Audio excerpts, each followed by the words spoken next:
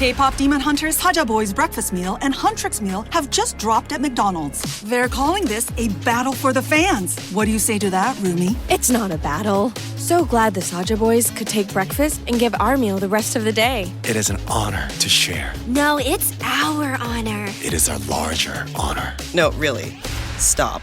You can really feel the respect in this battle. Pick a meal to pick a side. Ba-da-ba-ba-ba. At participating McDonald's while supplies last. If you work in university maintenance, Grainger considers you an MVP because your playbook ensures your arena is always ready for tip-off. And Grainger is your trusted partner, offering the products you need all in one place, from HVAC and plumbing supplies to lighting and more, and all delivered with plenty of time left on the clock, so your team always gets the win. Call 1-800-GRAINGER, visit Grainger.com, or just stop by. Grainger, for the ones who get it done. Hey, it's Flo, and this is my impression of a beat poet. Name your price.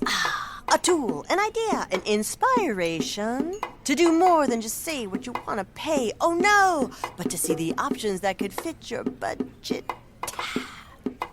Steve, enough bongos. Find car insurance that fits your budget at Progressive.com. Makes me want to dance. Steve! Progressive Casualty Insurance Company. Price and coverage match limited by state law. Blog Talk Radio.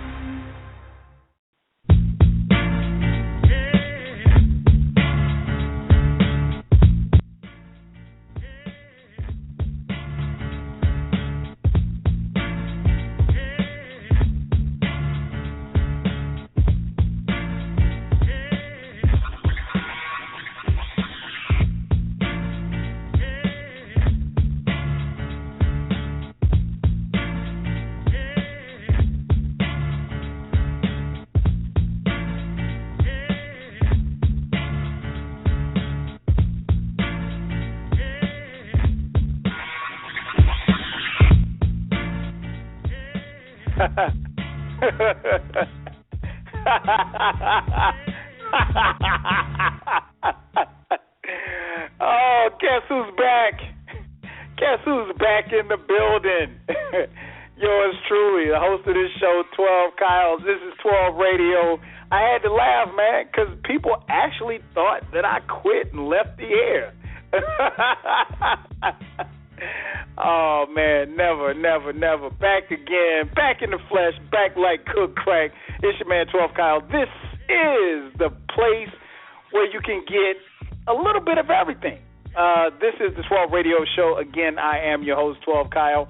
The phone number to call in, area code 347-215-7162. Again, 347-215-7162. This is an interactive show. We ask that you not just listen to the show.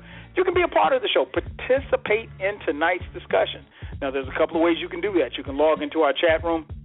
Our chat room is always open, and it's always interactive. Just create a profile for yourself and join the discussion, or you can log in as a guest and watch the chatter go back and forth between the chat room participants. If you're on Facebook, go to facebook.com/12 Radio Show. We have our own fan page there. Like the page, become a fan of the page. And that way you can keep up with show updates as well as guest features. I also have my own personal Facebook page. Just go to facebook.com/12 Kyle. Spell it out. TWELVEKYLE. If you're on Twitter, definitely follow me on Twitter. I'll follow you back at 12 Kyle, the number 12KYLE. If you miss any parts of this show, tonight's show is, just like all of our shows, are broadcast live each and every Wednesday night at 9 p.m. So if you miss any parts of the show, make sure that you check out the archives at blogtalkradio.com/12 Kyle. The show is now being featured on SoundCloud as well as YouTube. And, of course, we're always on Stitcher and iTunes. So there's no reason, if you missed any parts of the show, to not catch the repeat of the podcast. So you definitely want to do that. Phone number to call in, 347-215-7162. Got to thank everybody who hit me up over the past couple of weeks. It's been 2 weeks since my last show. So, a couple of people hit me up and say, hey, man, I heard you were quitting radio and you were retiring. People asked about the show. Just took a couple of weeks off. The kids were on spring break 1 week, had my mom in town, and last week, man, didn't do anything in particular. Well, actually, no. Last week we shot a video for Dead End Sports. So yeah, I appreciate everybody asking and checking on your boy, but I ain't going nowhere. I ain't going nowhere, at least not anytime soon. Trust me, when this show ends, you will be the second to know. Again, the phone number to call in, area code 347-215-7162. Got a packed show tonight, man. Doing something that if you've been rocking with this show since its inception back, 5.5 years ago, man, my very first show. And sometimes I'll go back and listen to the first show. I was so terrible. But a lot was going on, but I pulled it off. My first ever show was about hip-hop. Anybody that knows me, if you listen to this show, anybody knows me, they know that I am a huge hip-hop fan, always have been, always will be. That was my first show. I think I've probably done more hip-hop shows than I've done any other shows in my life on the 12 radio shows. So tonight, going to talk something that's dear and dear to me, that's hip-hop. And I always say we are hip-hop. We are. All of us are. We are part of the culture. And having transitioned through it, can actually say I've grown up with hip-hop. Hip-hop is just as old as I am, believe it or not. So tonight, that's what we're talking. But a lot of times on this show, I'll talk about, old school hip-hop, or we'll talk about the classic hip-hop, or we'll talk about classic albums, or we'll talk about certain eras. Tonight, we're actually going to talk about the state of hip-hop, where hip-hop is right now, and we'll talk about where it's going, some of the things we like, some of the things we don't like. And so, yeah, we're going to keep it popping like that. So pass the word. Tell a friend to tell a friend. 12 Radio is back on the air again. Tonight's co-host, no stranger to the show, but first-time co-hosting. If you listen to me on Dead End Sports, this guy is always on Dead End Sports every week. We call him our sixth man. Good dude, man, young cat. So tonight we're going to be talking. I'll be coming at you from the old school perspective. And this young buck, man, he's got a lot of flavor. He's raw. He's definitely going to bring a lot to the conversation. My man Q, the sixth man. Q, what up? If I could pull him up. Q, what up? We live? Is we live? What's man, what's going on, man? Good, yo. Chilling, man. Chilling. How about you? Good, man. Just got in from balling, Okay. Yeah. That's what's up. Phone number to call in, 347-215-7162. So without further ado, man, let's get it cracking. As I mentioned, we're talking about the state of hip-hop, and I got to actually give Q credit, man, because he was the one who actually brought the idea to me. I did a show maybe 3 years ago about the state of hip-hop, and, the show went pretty good or whatever, but when Q threw it out to me, I thought it was a great time to bring it back. So let's start right there, man. Let's go back to, I guess, the beginning for you, man. You're younger than me, so I got to ask, how long have you been listening to hip-hop? Let's see. All right, so for those who don't know, I am 18. So I've probably been listening to hip-hop since about 03, 04. That's when I bought my first rap CD. The first rap CD I ever bought was, if I recall correctly, it was Cameron, Come Home With Me. Okay. And I had to bring my mom in the store with me because I was obviously 6 to 5 years old. And, I love that Old Boy song with Just Blaze on the production. And I was like, Mom, This song is amazing. So we went up in the store and we bought it. And I brought it home and I listened to it. And I was like, yeah, I'm definitely a Dipset fan. I used to put the bandanas on. I thought it was Joel Santana. So I was probably I was one of those kids. I'm probably a Dipset baby. So for sure, it was 04, 05 at most, yeah. Okay. So as you can tell, like I said, he's a young buck, but he's very. If you know Q, he's very well versed in a lot of subjects. So trust me, he's gonna hold his own in this conversation. For me, when did I started listening to hip hop? Man, I'm 42, so I'm doubles Q's age. I first started, I guess we need to go back a little bit. The first song that I remember, the first rap song I remember hearing, obviously, was Sugar Hill Gang.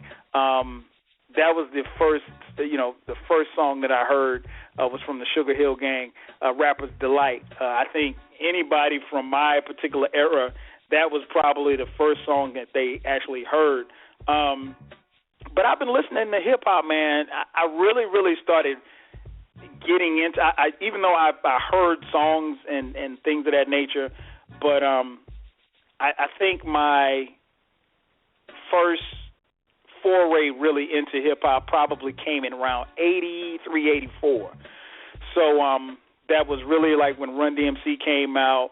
That was probably when I really, really started getting into the genre of hip-hop, and back then it wasn't even, it's weird because it wasn't even called hip-hop back then. It was called rap. And what I always tell people was interesting about that time, Q, was that, and I'm pretty sure you've heard this, was that like people really didn't think that rap or hip-hop at the time was going to stick around. They thought it was going to be a passing fad. A lot of people likened it to disco, where they thought it would be around just for a short period of time, and then it would fade out, and people would kind of lose interest in it. But here we are, man, 40 years later. Hip-hop is still, 40-plus years later, so hip-hop is still going strong. So, yeah, that's when I really first started listening to hip-hop, man. I must have been, I'd probably really getting into it around 12. And I think that, for me, that was a great time because you're very impressionable at that time.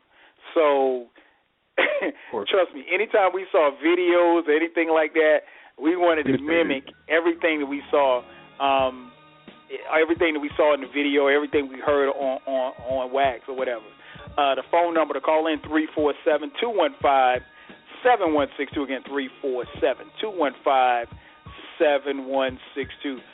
Shout out to my man Jockman on Twitter. He said he's been listening for 5 years. So you'll hear, and some of the commentary we'll be throwing out, you'll hear different ends of the spectrum as far as how long people have been listening and some of their, both likes and dislikes as far as hip-hop. Now, you mentioned Dipset. Would you say that Dipset was your introduction, or who was your introduction to hip-hop, and why was it significant for you? That was the first one I bought. That was like the first rappers who I really like messed with. I was like, yo, these are my guys. But I think the first experience that I can recall where I sat down, listened to the entire thing, I processed it, I understood what he was talking about. It was probably Young Jeezy TM 101. Like, it was Thug Motivation. Wow, Thug TM Motivation 101. That was with Jeezy's first album, right? Yeah, it was classic. I think it was like 05, 06. Man, like, we used to, bump that CD all the time. I was in, 4th, 5th grade that time. I don't even know, man.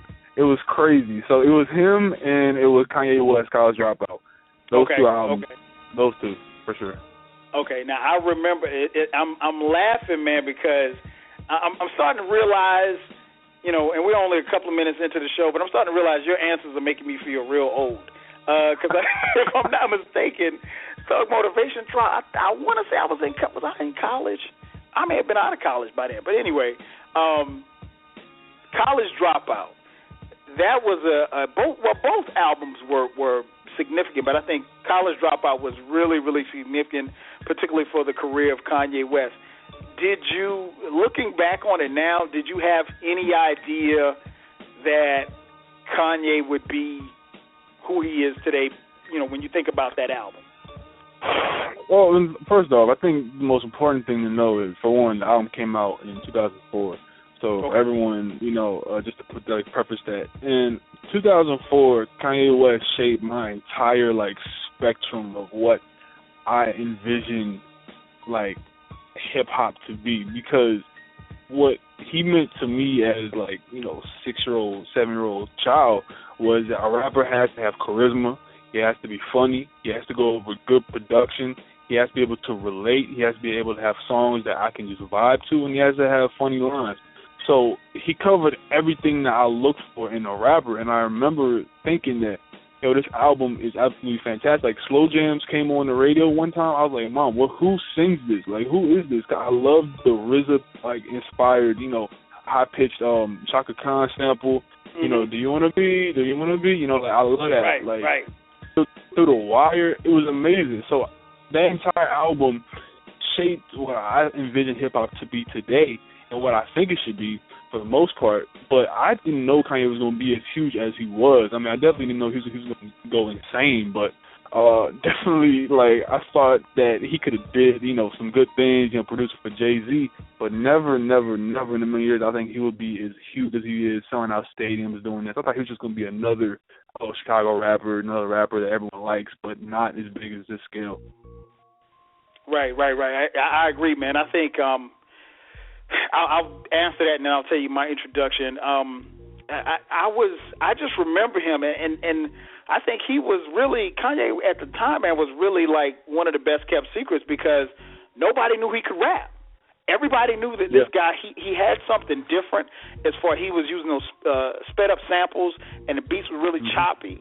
And he had a different sound, really, really different from what we were hearing. And then he was on that wave of, he was able to ride that Jay-Z, not that he was riding Jay-Z's coattails or anything like that, but he brought he and guys like Just Blaze and Pharrell, their beats, kind of uplifted Jay-Z, and then also uplifted music. And it took it to a place where it had not been, particularly in the East, sonically. So I think Kanye, and no, I don't think anybody knew that he would be as large as he is at that particular time. To this day, College Dropout is still my favorite Kanye album. Incredible album. I still listen to it from time to time. My introduction to hip-hop, introduction was definitely Run DMC in 85, but I fell in love with hip-hop with Paid in Full. That was 1986. Eric B. and Rakim, right? Eric B. and Rakim. That album, there aren't many albums, I think, that we can point at and say were groundbreaking. I think just on a personal note, that album was groundbreaking for me because it helped change my life as far as how I looked at music. And even to this day, it still resonates with me. It's still something that is, I still get a good feeling when I listen to it, even, these some 20 plus years later. But Paid in Full was definitely my introduction. It was the entity that made me fall in love with hip hop. Once I heard it, that was a wrap. It was.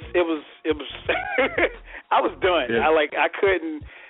You weren't going to bring me back from where I was at that particular moment, because I think where, and we hear the term all the time when people say, hip hop saved me or hip hop saved this person. It definitely, I'm not going to say it saved me, but it definitely did wonders for me as far as what I liked and what I didn't like and what I felt about the genre of music. The album transcended, man. The album transcended. From all my, people and cousins and uncles up in, the Northeast, up in New York, Harlem, or whatever, they'll tell me that when that album came out, it was people were waiting out in lines. People on the 1st and 15th, how people get their food stamps. People literally, people was waiting to cash in those food stamps for this album. When it dropped. Yeah, I think I was watching a Jay-Z interview a couple weeks ago where he was talking about how when his album came out 2 years ago, the Magna Carta Holy Grail album, when that didn't come out on time and everyone was mad, he was like, I liken that to when Eric B. and Rakim album came out and they had a delay at this local shop and everyone was throwing riots and getting mad, and then when the album came out, it was just it stayed. Everyone stayed inside the entire day. Everyone was out with their boom boxes. So that's one of those albums that even my dad to this day, he'll tell me that, yo, that's probably like top 10 greatest verse. Even I know that verse. I'm not even from that era. I know that verse word for word. That's one of the hardest verses that he ever spit for. And I've told this story before, but it bears worth repeating. I remember hearing Eric B. for President, like right before that, maybe 3 or 4 months before the album dropped. I was visiting family in New York, and I was walking past this car, and this guy was playing it. You know, it was just, and I was walking with my mom, and I just stopped, and I was just listening. They were playing it on, I think it was Kiss FM in New York City, and I'd never heard anything like that before in my life. And so I heard the guy say, yeah, that's, you know, Eric, that's the new Eric B. You know, he said Eric B and Rakim, but, you know, I didn't know any better. So when I came back home to South Carolina, I told my friends, man, yo, you got to hear this new Eric B dude is dope. He's dope, Eric. And I just kept saying Eric B, Eric B. I didn't know it was Rakim and it was actually rhyming. And because, you know, at this particular time, we're talking 85, so of course there's no internet, there's no Twitter, there's no Facebook. So the music didn't make it down south until like 3 months later. So when my boys finally heard it, it's like, yo, man, this Rakim dude is dope. And I'm like, well, who is this Rakim dude y'all talking about? I know this Eric B guy is crazy. And so that, you know, we kind of figured out like, you know, he was the one. But yeah, man, that album still resonates, and I think for me it was definitely life changing.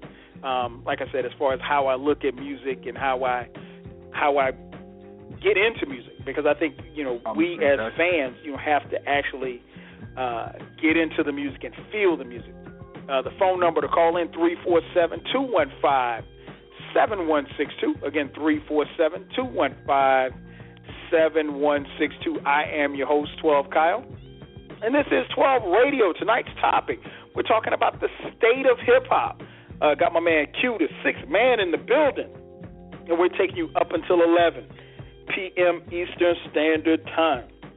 Now, the next question I have for you, Q, simply put, man, what do you think is the current state of hip-hop? All right. I'm going to try to keep this as short as possible because there's so many directions. You know what, man? You don't have to give any short answers because we got a 2-hour show. So you can get your can on if you want. All right. The way I feel about hip-hop, man, is I feel as though it's in the best state it's been in about 16 years. Honestly, like, I remember back from probably about 2004 to 2009, where there was just this run of just ringtone raps where everyone from Atlanta, and this is no shot at all, because I respect what people did from Atlanta, but there was like a time when Atlanta was running rap, and it was just random dudes who were just getting on microphones and, you know, I'm going to put a hook down and we're going to do a dance and we're going to blow up. Everyone was trying to copy the whole, you know, Soulja Boy business model of we're going to do a dance and then we're going to get on 106 & Park and we're going to make millions of dollars. And I'm not going to knock the hustle, but I felt as though that watered down hip-hop for so many years, and it got to the point where album sales had been at the lowest it's ever been, and that the art was just being just destroyed by people who didn't really care, just worried about the dollars. And I understand, get your money, but there has to be a balance.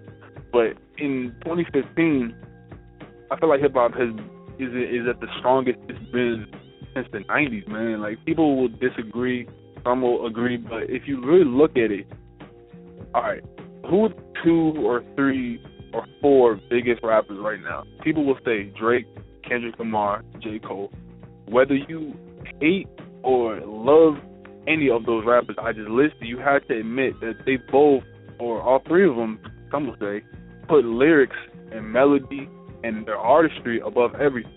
Right. You know, J. Cole comes out, he puts an album out with 0 features. He's the first rapper, I believe, since the 1990s to put out a rap album with no features and go platinum. Kendrick Lamar puts out his album with a pro-black, you know, mantra around it and trying to uplift his people. That's not mainstream.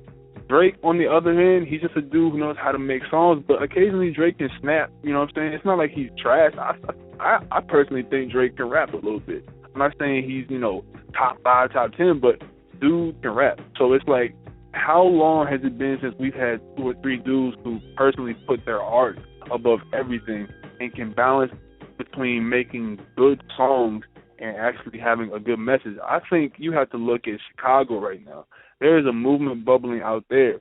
Whether you like, Vic Mensa, Chance the Rapper, Mick Jenkins, Chief Keef, Lil Reese, doesn't matter who it is. There's balance everywhere. Go to Atlanta, you got the 2-9, you got the OG Macos, you got the Young Thugs, but then you have people down south even further like Rhapsody, the Ninth Wonders, those guys. You got the West Coast, TDE, Our Future. There is so much balance and there's so much music out there for everyone to enjoy. And with social media and the internet, we are able to access so much great music and so much good content that we didn't even have just, I'll say, 10 years ago. It wasn't even there. So now people who didn't need labels, people who did need labels to get out there don't need them now. All they need is a microphone and a beat machine.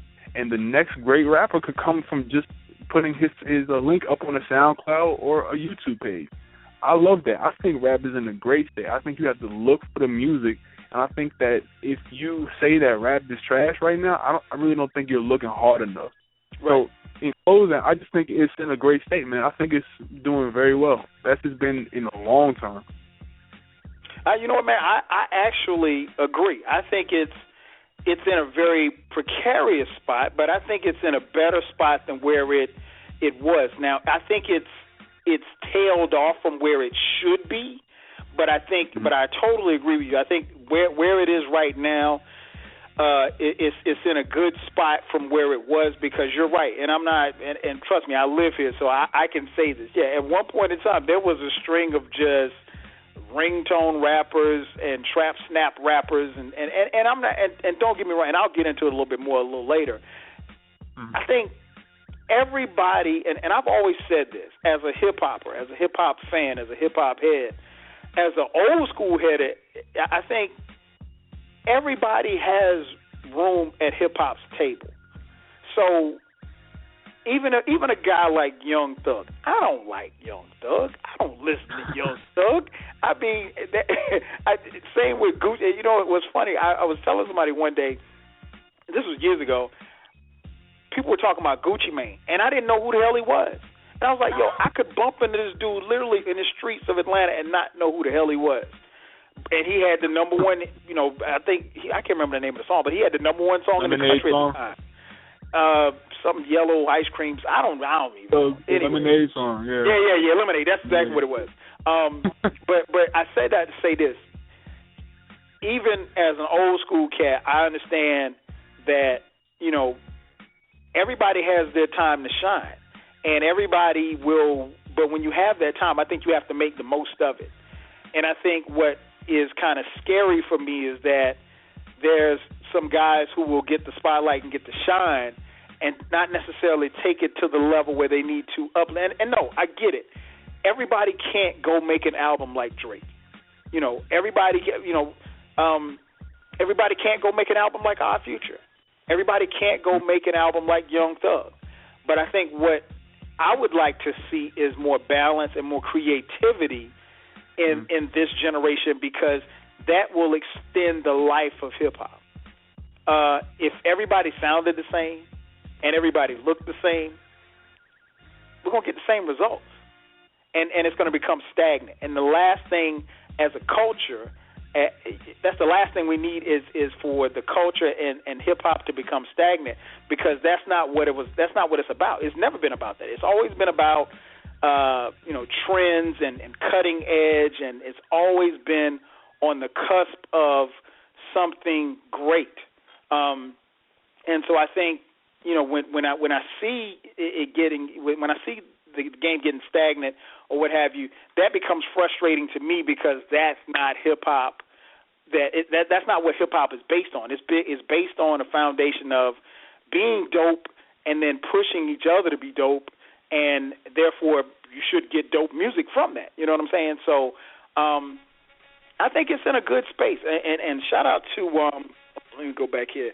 My man Deuce1042 on Twitter, he made a good point. He said mainstream rap is kind of blah. He said, but I love the underground stuff, and the state is better than it was 15 years ago as a whole. And I agree. Personally, I prefer more underground stuff. I mean, even in some of the names that you listed just now, Q, I don't know who the hell you're talking about. Exactly. Exactly. And, I'm saying there's so much balance. And I got to shout out. Our boys from Dead End Hip Hop. I honestly, of course, had I not been rocking with these cats for the last 3 or 4 years, I probably would not have even ventured into listening to some of the stuff, that they review.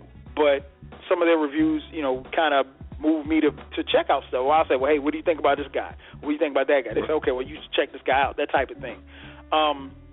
But I think it's in a much better place than where it was, and I'd like to see it continue to elevate just as a fan.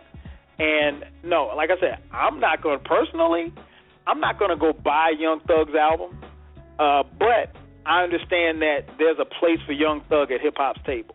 There's a place for Lil Wayne at hip hop's table, and I think a lot of times, kind of like in life.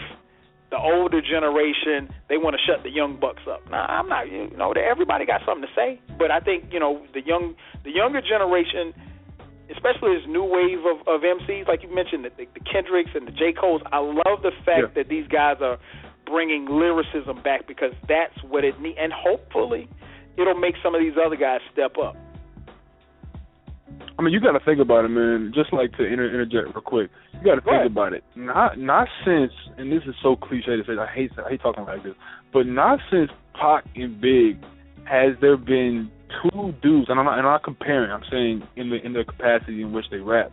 And in the capacity in which they rap, since Pac and Big, there have not been two guys over a steady course of, I would say, a couple years now, have collectively brought innovative and creative stuff to hip-hop.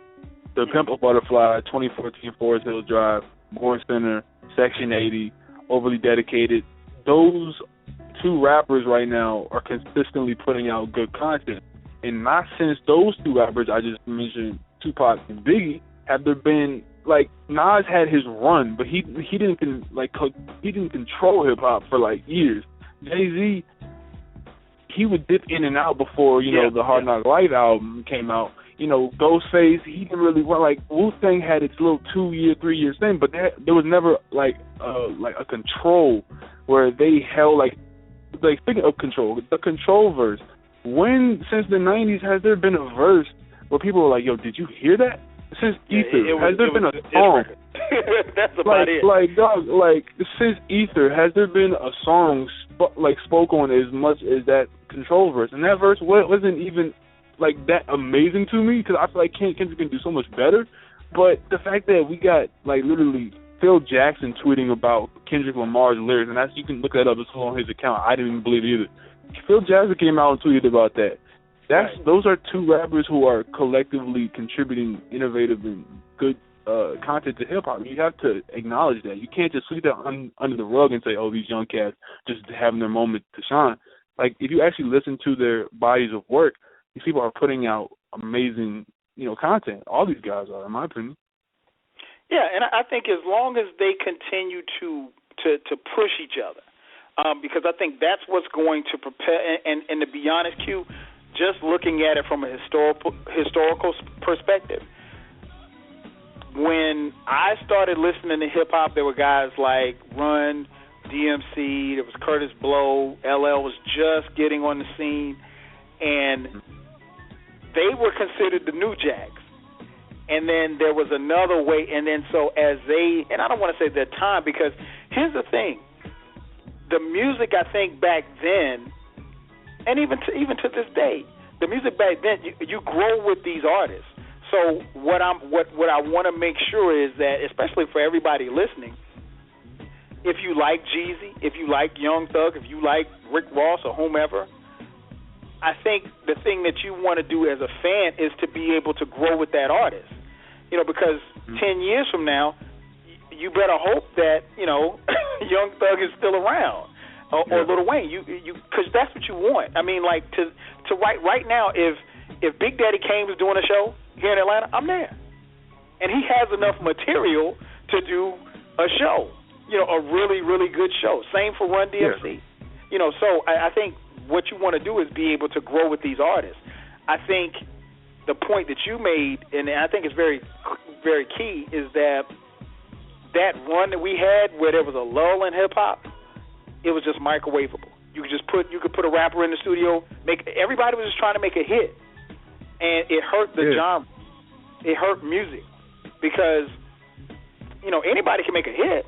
Can you make an album? Anybody can do a dance. You know what I'm saying? Like anybody can make up a dance. Right. Like a dance doesn't the whole snap.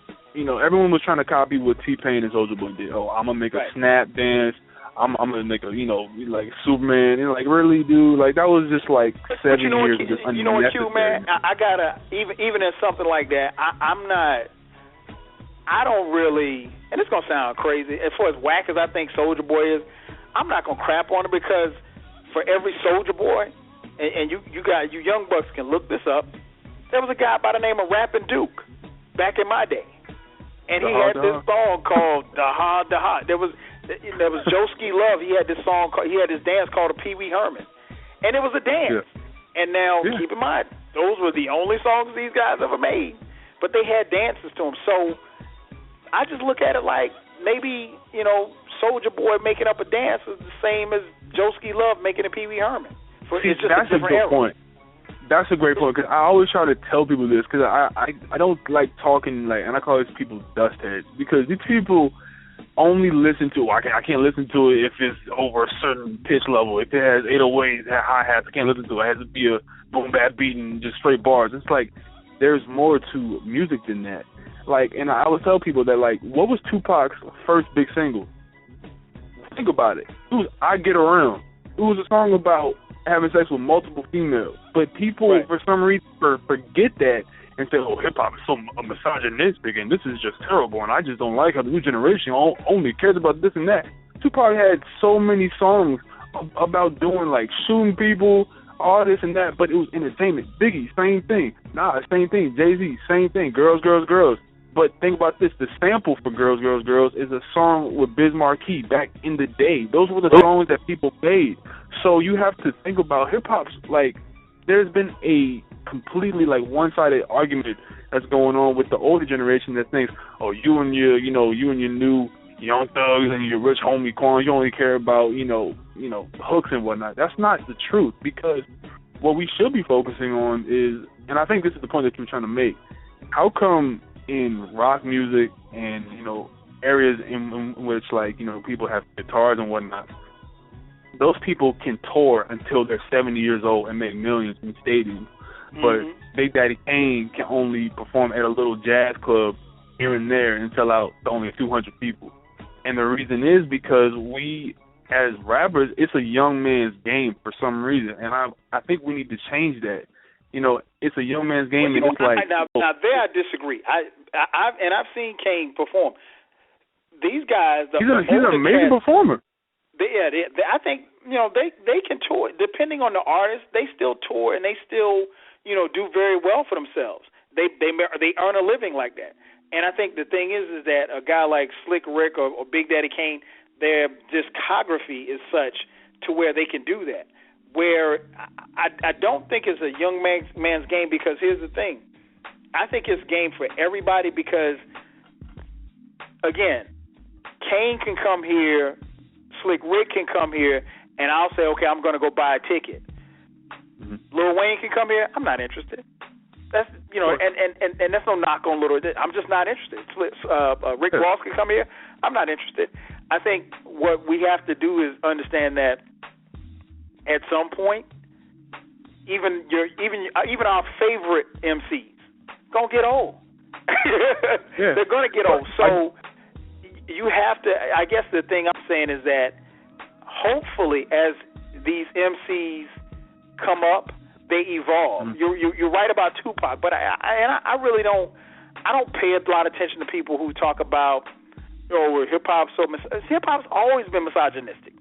I mean, one of the biggest, arguably the most important song in hip hop history, The Message by Grandmaster Flash and Melly Mel, he used the word fag like 3 or 4 times.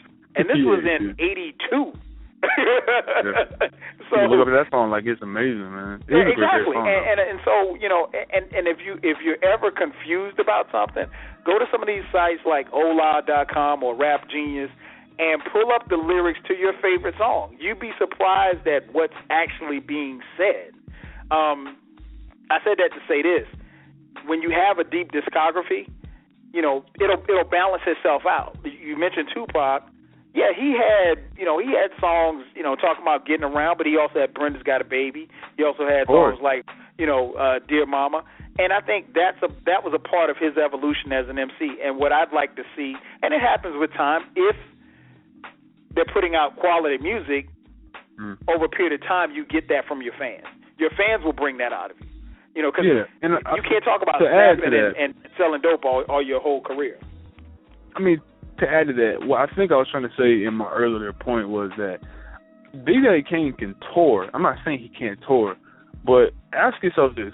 How come the Rolling Stones can get performing at the Super Bowl, making millions upon millions, still thriving? I'm not saying that Big Daddy Kane is not going to make money, but to sell out a tour and make $50 million selling out, I'm talking about football stadiums overseas and here, and then Big Daddy Kane has to be resorted to going to playing, you know, little coliseums, but still making good money. I'm not trying to demean his cash flow, but I'm saying that to the extent of how come he can't make, you know, the same and get the same nod is because we, like, young cats view it as a young cats game, and I never liked that. I always said that there's room for everyone to eat at the table, and people have this, like, dog-eat-dog mentality of, oh, if he's coming up, then he's coming from my spot, so I got to make sure to X him out. That's what Jay-Z did. Jay-Z tried to X Nas out, he tried to X Cameron out, tried to X 50 Cent out, Joe Budden.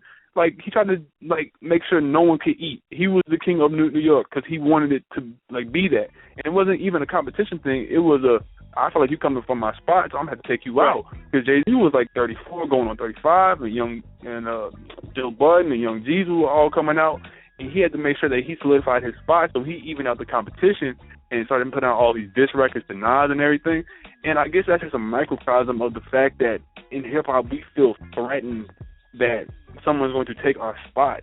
And we have to start putting value on our OGs and the stuff that have come out before our time so we can actually cultivate that and make it something so much more special so when Big Daddy Kane turns 50 and 60 that he can still go to a stadium and make $50 million just like the Rolling Stones are or AC/DC, and we can still support him like he was 25 again. And I guess that's my point. We need to put value on the music. That's the only thing about the state of hip-hop I don't like is I feel like the young guys out here like me, 18-year-olds or whatever, 20-year-olds will say that, oh, if it's not Kendrick or J. Cole, then I don't want to hear it. If it's old dudes like Ghostface, Black Thought, I'm not trying to hear that. And it's just like there's something wrong with you to me if you don't want to hear everyone's side of the story.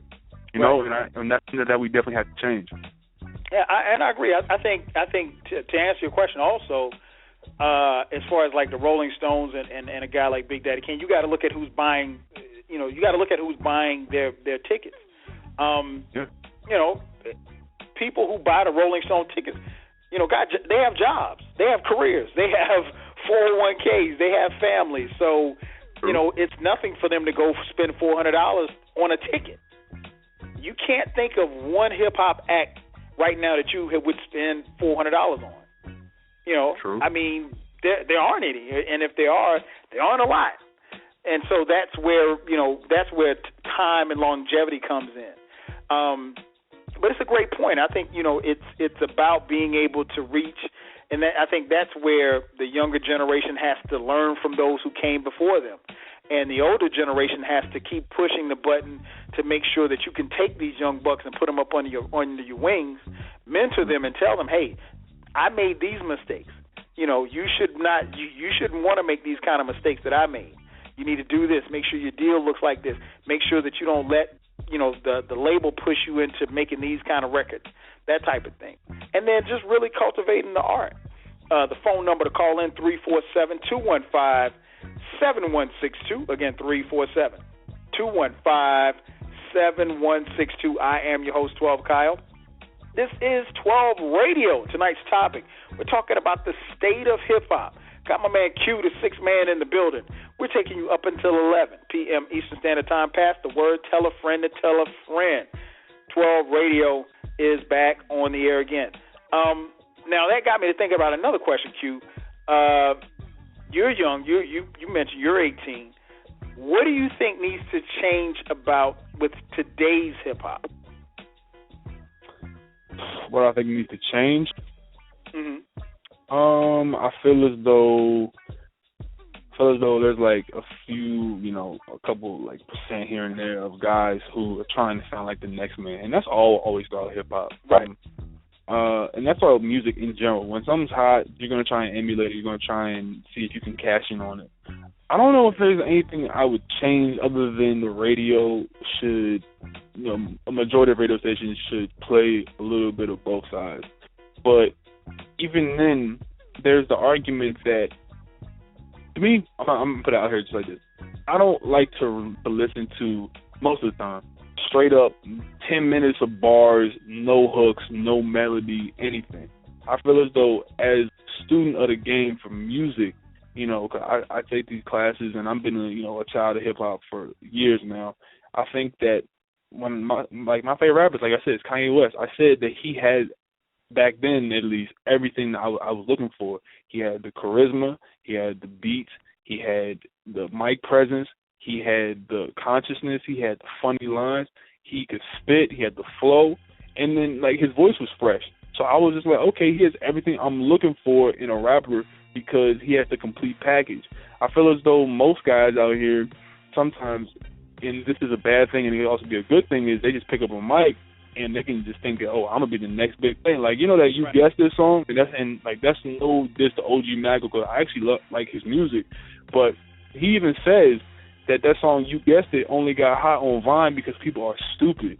He said that the actual guy who made the song says, I have so much better songs than that, or I'm actually talking about things that are going on in the world right now, but people only like that song because, look, it's fun, it's stupid, and it takes no thought behind it to like it or process it. But that's no just anyone who likes the song. It's just the truth that people don't like to think, because people don't care what they think because people don't think. So the answer to that question is, the only thing that needs to change in hip-hop is just do you. Just do you. And that's in music in general. That's not even just a one thing for hip-hop. Just do you. Don't try and sound like Young Thug. Don't try and sound like Rich Homie. Don't try and sound like, Chief Keef. Just try to sound like you. Bring out the music that makes you good. And, if you're dope, it's going to shine through. Everything that has become classic is verified, because you're going to go through the gauntlet of the reviews. Like, the 5 mics back when that was a relevant thing, that was a huge deal. That was a huge deal. Nas got 3 mics, I believe, the first time he came out. And that was a classic. That's a classic. Illmatic was 5 mics. Illmatic was 5 mics. Was it 5 mics? All right. So it might have been Jay-Z who put I think Jay-Z, Reasonable Doubt, got 3 mics. Reasonable Doubt, if I'm not mistaken, I'll go back and check, but I think it was 4. It wasn't 5. It was 4 mics, though. Yeah, it was like 3 or 4 mics. There have been some great albums that not get the mics that they probably should have gotten. And it's just all a matter of doing you. It's going to shine through if it's dope. So if you're a rapper, or if you're just a musician in general, or artist in general, all you have to do is do you, and it's going to shine through. Everything does. Everything truth will shine through easily. I think one of the things I would like to see change with hip hop is just and like I said, what the era that I came from, the worst thing that you could ever do was to sound like somebody else. I mean, if you would rather somebody call you the worst. I mean, you would rather somebody call you out your name than to call you a biter. Because if you were a biter, that means you weren't creative, you weren't innovative, you weren't trying to be different. You were content with trying to copy somebody else's style. And I think, and of course, the word biter doesn't mean anything except to old heads like me, but I would like to see the creativity come back. I would like to see, and it's there, but I'd like to see more of it. On a mainstream front, or in just an entire global? Just the entire genre. because I think right now there's a lot of guys and girls for that matter out there that kind of sound the same. I mean, I remember hearing Puffy, and far be it for me to quote Puffy, but I remember Puffy telling one of his artists one time on TV, he said, you need to be able to say something and say something different to the point where people are really intrigued by what you have to say. Yeah. And that always stuck with me because, you know, he was basically saying, like, look, anybody can get up here and talk about guns and talk about, you know, how many bodies you dropped and how many, you know, how many drugs you sold. But it takes something to be creative. And it takes something to make people want to go press rewind. Just as a fan at this stage of my life, if you're talking about how many keys you moved and how many people you killed, I'll be honest, I'm not listening to that. I'm 42 years old, man. And don't get me wrong, I don't dump on it like I used to. In fact, I understand, and again, it goes back to what I said earlier. It has a place at hip-hop's table because there's a certain segment of the population, there's a certain section of the culture that loves that kind of music. They want to hear Chief Keef kill 20,000 people in a song.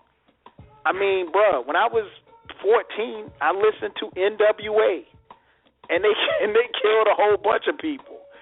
So I'm not, you know, I'm not too old to understand that.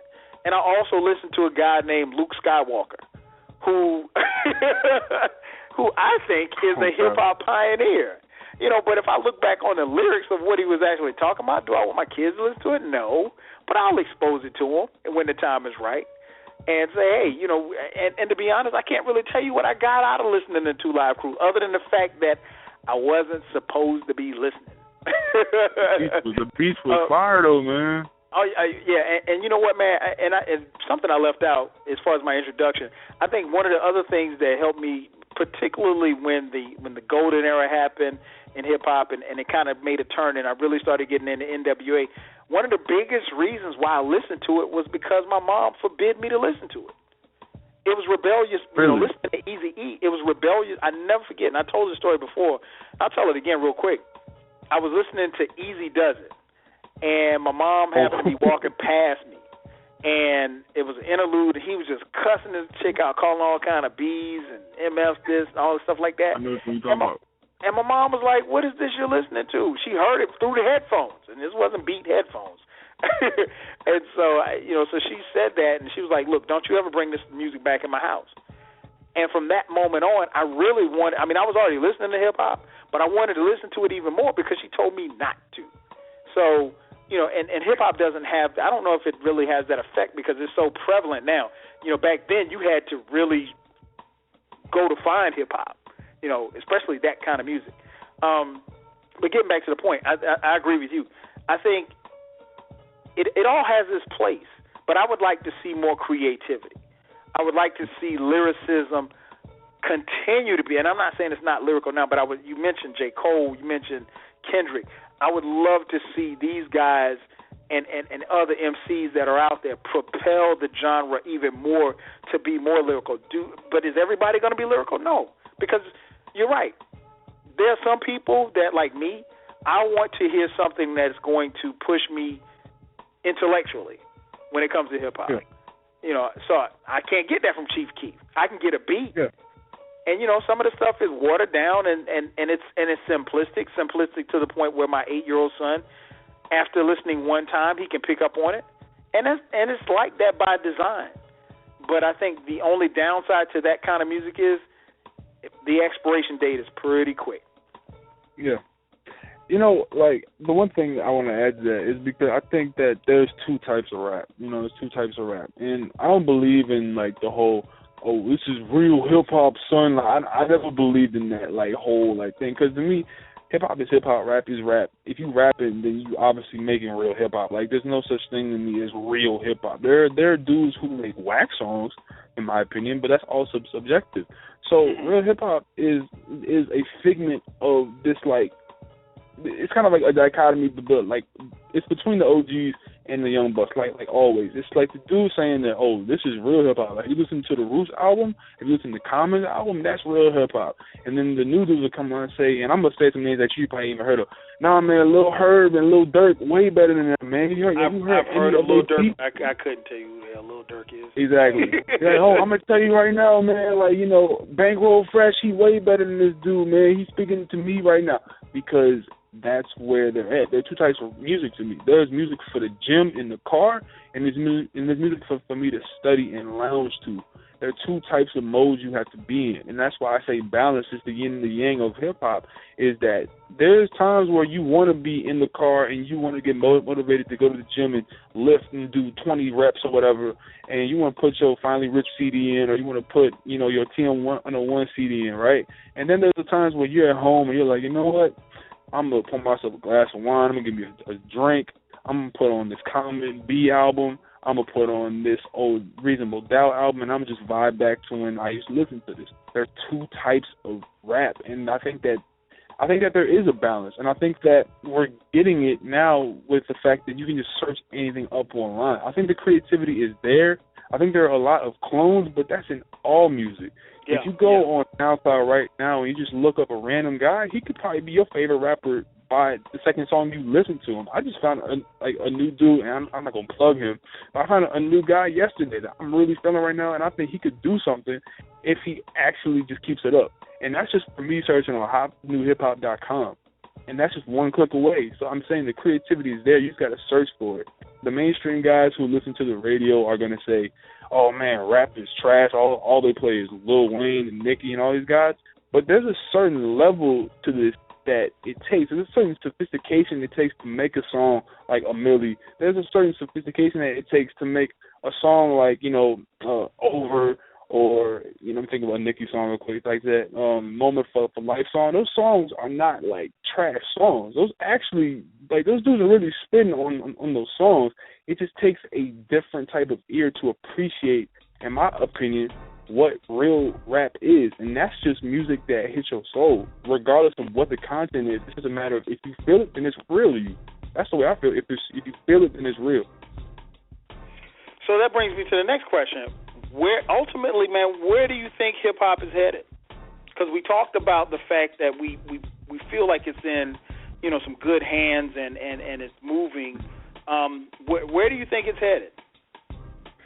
First off, rap, hip hop is the most influential culture of all time, in my personal opinion. It's the most influential, it's the most copied, and it's the most hated and the most celebrated form of all time. You know, for some reason, and I'm going to just, you know, I was talking to a couple people today, and my teacher even said this today. He was like, you know what I noticed about rap is that whenever, you know, a black person, and just tie in with some of the current events, whenever a black person is gunned down by the police, they'll usually try and tie in their music taste to why they deserve their demise or whatever.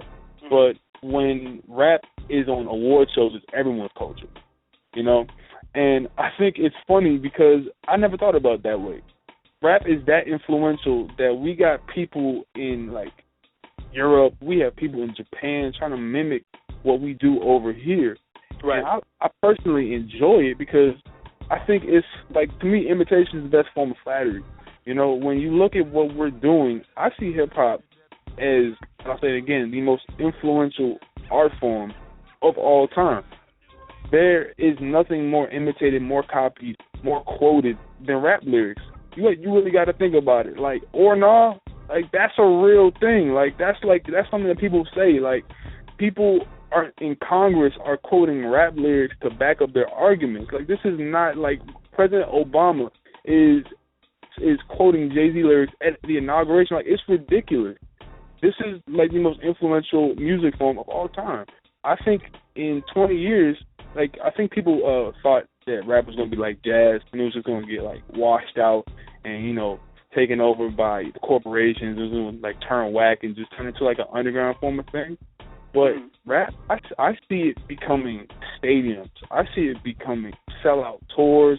I see it becoming merchandising. I see rap is already taking over the world, man. And this all started 40-some years ago, and you got to think about how young it is. It's not even over 50 years old, man. I see rap taking over. It's amazing to me. It's going to take over. I see it being billion-dollar industry. It already is. It already is multi-billion dollars. In just 5 years, I bet you. I bet you. The moment rap turned real is when kids in the suburbs, predominantly white children, started to like give their dads Tupac demos and say, "Dad, this person is nice." And that's how Tupac got his deal. That's the moment rap got real. That's the moment rap got real, when it reached the suburbs, for sure. Oh, no question. Because outside of that, trust me, and even in seeing that, that's when it really took off. The commercialization of it really, elevated the not just the music but the culture in general. Yeah. I think where it is, I'm not sure. I know where it is. Where it's going, I don't know. I really don't. And it's rare. It's rare that I have a question here where I really don't have an answer to. I don't know where it's going. I think it's in a very good place to really, really go to the next level. But how we go about taking it to the next level, it's really going to depend on what happens these next 3 or 4 years. I'd say maybe not 3 or 4. I'd say 5 to 6 years. Because it's in a very good place, but if we don't take care of it, it's just like anything else. And I always use, when I talk about hip-hop, particularly today's hip-hop, a word that I love to use is cultivate. Because we have to cultivate it. Because, like you said, hip-hop relatively is still in its infancy, even though it's 40 years old. But it's still, when you compare it to the other genres of music, it's still in its infancy, but we have to cultivate it. We have to make sure that it's watered. We have to make sure that we feed it. We have to make sure that we, give it shelter. I think when you look at one of the things, and I'll disagree with you as far as like it being the most biggest influence, because I think the biggest influence was soul music. But but you weren't around for for soul music. I was raised on that, man. But yeah, for sure. But I'll say this, because when you look at, and here's what I think, where I think hip hop is missing to some degree. I'll take you to soul music, and I'll take you to Marvin Gaye, What's Going On. Groundbreaking album, groundbreaking song. He sung about the time. I mean, his whole album pretty much was about the times and what we're going through and where we need to go. Fast forward that to 2015. When you look at what's going on socially, economically, particularly in our communities, but when I say our, I mean black communities, and I say black only because that's where hip-hop started. I think hip-hop, for the most part, is missing an opportunity to take a huge social and economic stance as far as the injustices that we see on a day-to-day basis, whether it be Mike Brown, whether it be Eric Garner, whether it be Trayvon Martin, all of these situations, Ferguson, the brother who got killed in South Carolina, and it's not just about us against the police or anything like that. You should be able to make music that evolves, or at least will push people to think evolution and about social change. And I think that's where we're missing it right now, because I think these are the times where that kind of music could come out. But I was thinking about it today, Q, on my way home from work, and I go back to Marvin's What's Going On, and then if you listen to Pimp a Butterfly, very similar when you think about the social, economic, and the spiritual changes and injustices that Kendrick spoke of in that album. He didn't do a whole album on it, but you can take a little bit from damn near every song and kind of equate it to Marvin's What's Going On. And I think, and I'm not saying that everybody's got to go out and make To Pimp a Butterfly, because you wouldn't be original if you did that. But what you can do, and what I would like to see more happen, is to see more of us, more MCs speak out about these social, and I'm not saying that they don't, because Talib Kweli's everywhere, Common's everywhere, Kendrick is spoke. I mean, and I'm not even going to run down a list of guys who, but there have been a lot of voices that are silent about it. And you know what? Go ahead. I'm sorry. Go ahead. No. The only thing I was going to say was, like, their silence either tells me one or two things: either they don't know or they don't care. And I refuse to believe either. At least I hope I'm wrong. Here's the thing. I agree. I'm more 50-50 on this argument, because I always try to defend this to all, like, the people who say this, and I can see why someone would say this for sure. But I always like to say that, well, one, you already touched on it. Not everyone is going to make up what's going on. Like, not everyone, like, on what's going on, Marvin was talking about how there's mercury in the oceans, and there's, like, smoke in the north and the south and east. Like, you know what I'm saying? Like, those were the lyrics on, like, the song. Mercy, Mercy Me. That's one of the most, like, the Ecology. It's one of the greatest, like, songs ever written, in my personal opinion. I listened to that CD. So it's like, not everyone can make that type of music. But I feel as though in hip-hop, and here's why I say it's like, to a lot of people, it's a young man's game for a lot of people, is because when you look at what's going on with these rappers that you just listed, the Kendricks, the Commons, the Talib Kweli's, the Mos Defs, the Lupe Fiascos, we label these people as crazy. Our fans label these people as preachy. Oh, just stop trying to be so deep. Stop trying to do this and that. You're not going to make a difference. It's not going to change. I'm not going to buy this album if you're talking about this. All I'm going to do is party and listen to, you know, this type of music. So I feel as though it's a responsibility on the listener as well to put these people in the forefront. When Black Thought is on, you know, what's the name of that album? Oh my goodness, I'm so stupid. My Philly card needs to be revoked. Oh my goodness, what is the name of the album? Which one? The black and white cover for the Roots with the girls. Undone or Things Fall Apart. Things Fall Apart. On Things Fall Apart, when Black Thought is literally describing to you how the black community comes apart and how things are different because of the Reagan era and what we need to do to get back from that and what we can do to unify. And the people say, oh, the Roots, they're cool, but they too preachy. Or, oh, Lupe, oh, he's cool, but he's crazy. Or Kendrick, they just try to, like, I feel as though in the black community and in the hip-hop community, we try so hard to bring upon the downfall of these brothers because they're speaking the truth. These guys come out and they say that, oh, this is what's going on. And then the casual fans who control most of the market will say, I don't care about this. Give me the Soulja Boys. Give me the Young Thugs. I just want to party. And that is okay with me. But don't try to demean or bring down what is being built and trying to educate the people on what's going on with social issues and whatnot through your ignorance just because you want to have fun all the time. Life isn't always about fun. Life is sometimes about making change and standing up. And I feel as though it's a part on the consumer to stand up and say, you know what, I'm going to ride with Kendrick Lamar. I don't care what they're saying about him. I don't care about his comments on Ferguson because that was one thing that they trying to tear him down about. Kendrick said that we had to respect ourselves because, you know, I think he said we need to respect ourselves and we need to, you know, start treating ourselves with more respect. So that's a fine comment.